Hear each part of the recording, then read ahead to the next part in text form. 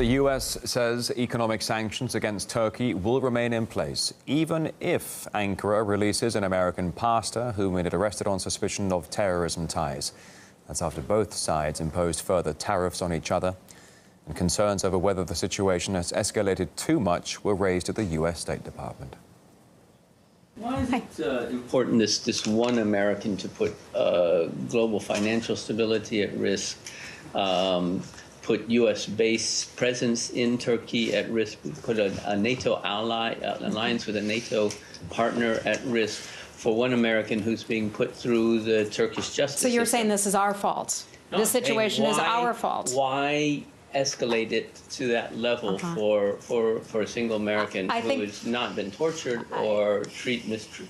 You know, he's been. I would take issue with the premise of your question. Turkey's financial situation has been in the works for quite some time, and it dates prior to the imposition of sanctions on August, I believe it was August the 1st. So this has been in train for quite some time, and you cannot blame the U.S. government for that. RT's Don Corter now takes a look at how the decades-old alliance between the US and Turkey spiraled to this point. Our country was built on tariffs, and tariffs are now leading us to great new trade deals, as opposed to the horrible and unfair trade deals that I inherited as your president. Other countries should not be allowed to come in and steal the wealth of our great USA. No longer. What countries could he mean are stealing? Could it be Turkey? The country's lira shed a quarter of its value against the dollar in just 1 week after Trump's tweet about doubling existing tariffs. Investors are running away screaming, inflation's surging, and Turkey's leadership is bracing for an all-out trade war. The reason for such a calamity against an old NATO friend was Ankara's refusal to release an American pastor, accused of both terrorism and espionage.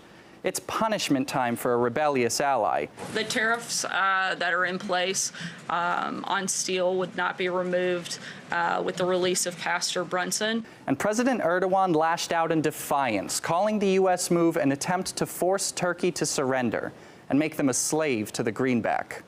There is an economic attack against Turkey. Earlier, such things were done in secret, and now they're open to us. We can react in two ways, economically and politically. Still, some are wondering if Ankara actually has the power to challenge Washington.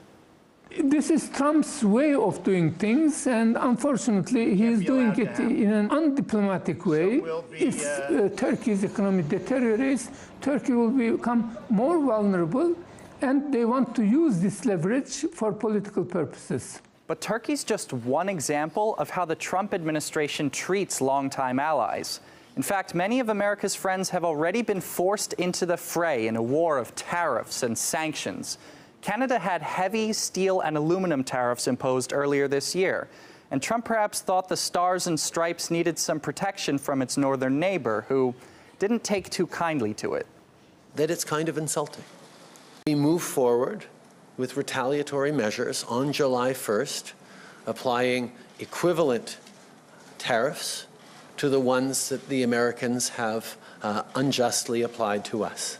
As if that wasn't bad enough, the U.S. president went and slapped tariffs on Europe. Today, I'm defending America's national security by placing tariffs on foreign imports of steel and aluminum.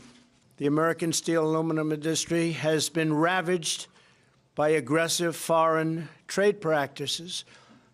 It's really an assault on our country.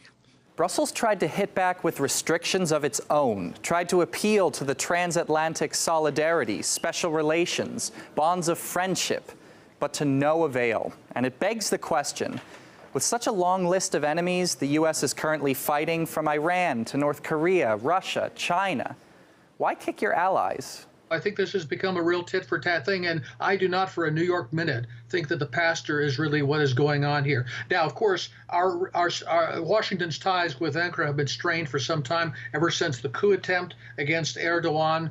I suspect there's something going on with regional politics, maybe with regard to Syria, that is really the reason behind this. Competitors like Beijing and Moscow attempting to pack as much heat as the U.S., these days, sanctioning and scaring everyone in view may be the only way for the U.S. to impose its will on friend and foe alike. Donald Corder, RT.